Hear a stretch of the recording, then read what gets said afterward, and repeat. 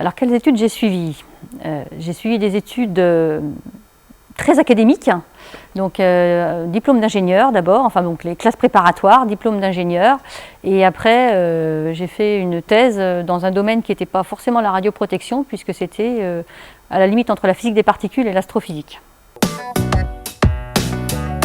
J'ai acquis des grandes compétences finalement sur la partie physique des particules, physique nucléaire, détecteurs, etc., de par mes études. Et donc en métrologie, j'avais voilà, des compétences plutôt intéressantes pour la radioprotection. C'est un domaine qui m'intéressait bien parce qu'on touche à l'homme, on touche à tout ça. Donc voilà, donc je suis partie dans la radioprotection. Alors, mon métier, il a consisté en plein de choses. J'ai commencé donc par la métrologie, donc vraiment la partie détecteur, mesure des rayonnements ionisants, puis après j'ai travaillé sur les codes de calcul, je suis passée sur tout ce qui était accident d'irradiation, tout ce qui était expertise plutôt dosimétrie, etc. Et puis après, j'ai basculé vers l'élaboration des textes réglementaires, l'expertise au niveau national, international. Donc j'ai un petit peu fait plein de choses.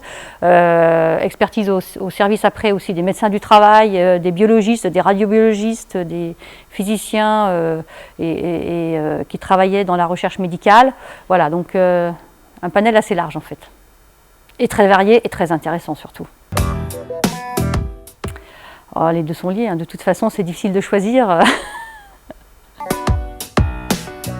Et bien là pareil, c'est important d'avoir une vision un petit peu intégrée et de savoir aller défendre ces enjeux nationaux au niveau international et de comprendre aussi que le monde c'est pas que la France. Donc voilà, il y a une image que j'aime beaucoup qui est donc en France on a des centrales nucléaires, donc on pense que finalement le travailleur du nucléaire c'est celui qui est en centrale. En fait il y en a à peu près il y en a quelques dizaines de milliers qui sont comme ça, mais au niveau mondial finalement les premiers travailleurs exposés c'est les mineurs chinois.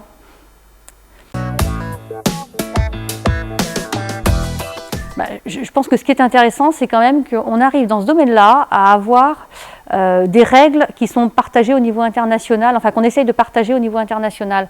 Et ce n'est pas forcément le cas partout. Donc je pense que l'existence de la CIPR, de tout ça, fait quand même qu'on arrive à avoir quelque chose qui tient à peu près la route.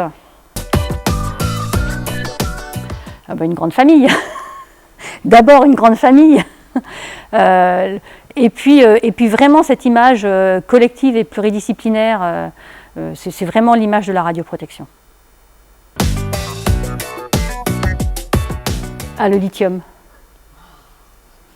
Le lithium parce que c'est ce qui permet de dater en partie l'univers. Marie Curie, alors là, voilà. La seule à avoir eu 2 prix Nobel dans 2 disciplines différentes. Un modèle de tout, un modèle de vie, un modèle de tout.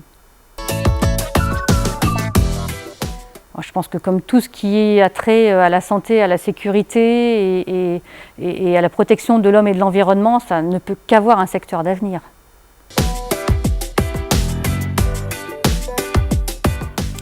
Eh bien oui, si vraiment vous voulez un endroit où vous pouvez vous épanouir dans plein de choses, faire plein de métiers différents tout en conservant un objectif qui est quand même celui de protéger, qui est quand même un objectif qui est fédérateur, en travaillant au sein d'équipes pluridisciplinaires, venez nous rejoindre.